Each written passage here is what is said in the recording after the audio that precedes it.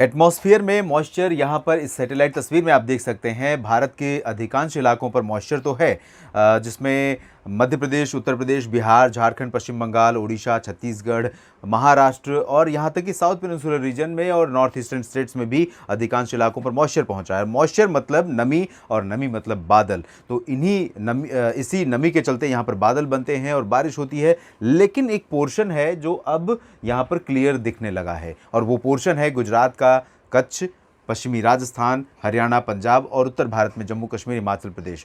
तो इन भागों में मॉइस्चर यहाँ नहीं पहुँच पा रहा है। उसकी वजह पश्चिमी दिशा की जो लैंड रीजन से आने वाली ड्राई विंड्स हैं, शुष्क हवाएं हैं, वो हैं और उन हवाओं के चलते यहाँ पर अब धीरे धीरे आसमान साफ और मौसम शुष्क होने लगा है। नमी वातावरण में कम होने लगी है, टेम्परेचर बढ़ेगा। अगर रिलेटिव ह्यूमिडिटी आप देखें RH, तो यहाँ पर सापेक्षिक आर्द्रता यहाँ पर भारत के बाकी हिस्सों की तुलना में काफ़ी कम होगी। एक लो प्रेशर सिस्टम यहाँ पर आज यानी 19 सितंबर को डेवलप हो सकता है। आज रात में हो सकता है, नहीं तो कल सुबह के बीच में, लगभग 24 से 48 घंटों के बीच में इसकी संभावना है कि 24 से 36 घंटों के बीच में फॉर्म करेगा। और जब ये लो प्रेशर यहाँ पर यानी कम दबाव का क्षेत्र बनेगा, तब ये मूव करना शुरू करेगा पश्चिमी दिशा में और भारत के पूर्वी, मध्य और कुछ उत्तर के भागों में, जिसमें उत्तर प्रदेश के क्षेत्र शामिल होंगे, इन पर अपना असर दिखाएगा। उत्तराखंड तक भी इसका असर देखने को मिल सकता है। तो इसमें आप समझ सकते हैं कि भारत के कई राज्यों में, कई ज़िलों में बारिश की संभावना बन रही है। बारिश का एक स्पेल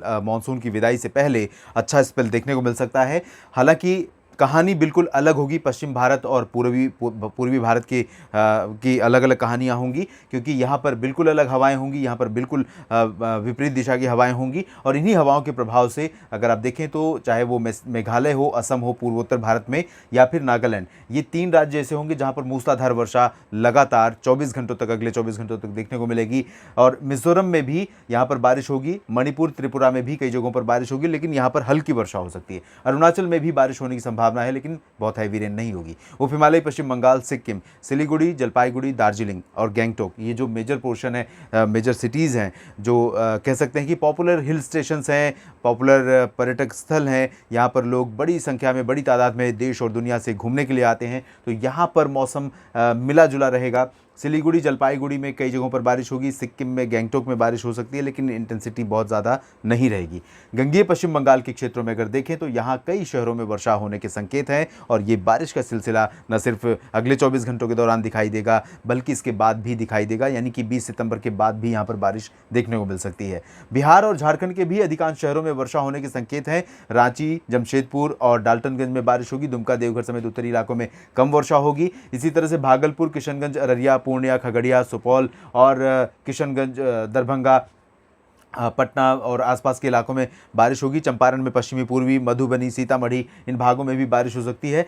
गया में भी वर्षा हो सकती है, लेकिन लाइट रेन होगी। और बक्सर, कैमूर का जो हिस्सा है, यूपी से सटा हुआ दक्षिण पश्चिमी बिहार का हिस्सा, इन भागों में हल्की वर्षा के संकेत हैं। उत्तर प्रदेश में पूर्वी भागों में कई जगहों पर वर्षा संभावित है। प्रयागराज में फिर से एक नया स्पेल आ सकता है और ये सस्टेन कर सकता है कम से कम 2 दिन। और यहाँ पर वाराणसी से लेकर प्रयागराज, अयोध्या, लखनऊ, कानपुर के बीच में, इंक्लूडिंग जौनपुर, वाराणसी की बात पहले की, जौनपुर, प्रतापगढ़, सुल्तानपुर, अमेठी, रायबरेली, बाराबंकी, इन भागों में वर्षा हो सकती है।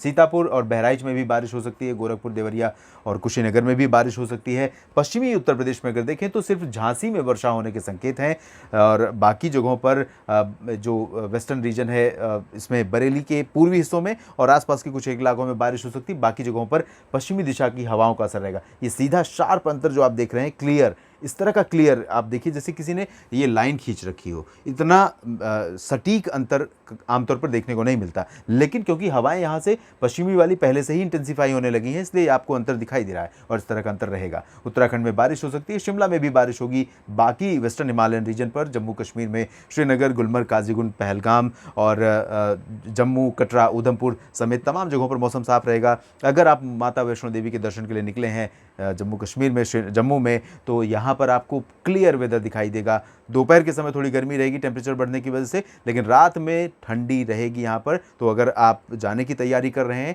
तो थोड़ा सा गर्म कपड़े ज़रूर साथ रख कर ले जाएं। धर्मशाला में और यहाँ पर पश्चिमी भागों में ड्राई वेदर रहेगा। लद्दाख में ड्राई वेदर, पंजाब हरियाणा के लगभग सभी शहरों में ड्राई वेदर, राष्ट्रीय राजधानी दिल्ली में ड्राई वेदर रहेगा। सुबह का जो जॉगिंग का टाइम है इन सभी क्षेत्रों में अब काफ़ी प्लेजेंट हो जाएगा, लेकिन दिन थोड़ा सा असहज करेगा, गर्मी रहेगी।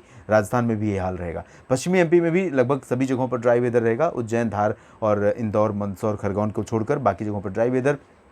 लेकिन पूर्वी भागों में नया स्पेल शुरू हो रहा है और ये 20 के बाद 21 को यहाँ पर पश्चिमी भागों में भी पहुंचेगा। तो यहाँ पर सागर, सतना, पन्ना, खजुराहो, रीवा, सिंगरौली, उमरिया, जबलपुर, मांडला, बालाघाट, डिंडोरी, होशंगाबाद, कटनी, इन सभी भागों में कई जगहों पर वर्षा हो सकती है और छिंदवाड़ा में भी बारिश हो सकती है, बैतूल में भी वर्षा हो सकती है। बाकी बारिश का सिलसिला यहाँ पर अभी जारी रहेगा। गुजरात में फिलहाल बारिश काफ़ी कम होने जा रही है, लेकिन दक्षिण पूर्वी और पूर्वी क्षेत्रों में लाइट रेन हो सकती है। महाराष्ट्र में, मध्य महाराष्ट्र और कोंकण गोवा के उत्तरी इलाकों में बारिश होगी, जबकि मराठवाड़ा और विदर्भ में अधिकांश इलाकों में वर्षा होने के संकेत हैं। छत्तीसगढ़ और ओडिशा, ये 2 राज्य ऐसे होंगे जहां पर अनुमान यह है कि 20 सितंबर को मूसलाधार वर्षा रिकॉर्ड की जा सकती है कई जगहों पर, अधिकांश शहरों में। तेलंगाना में भी बारिश बढ़ेगी, जैसा कि मैंने पहले भी कहा था।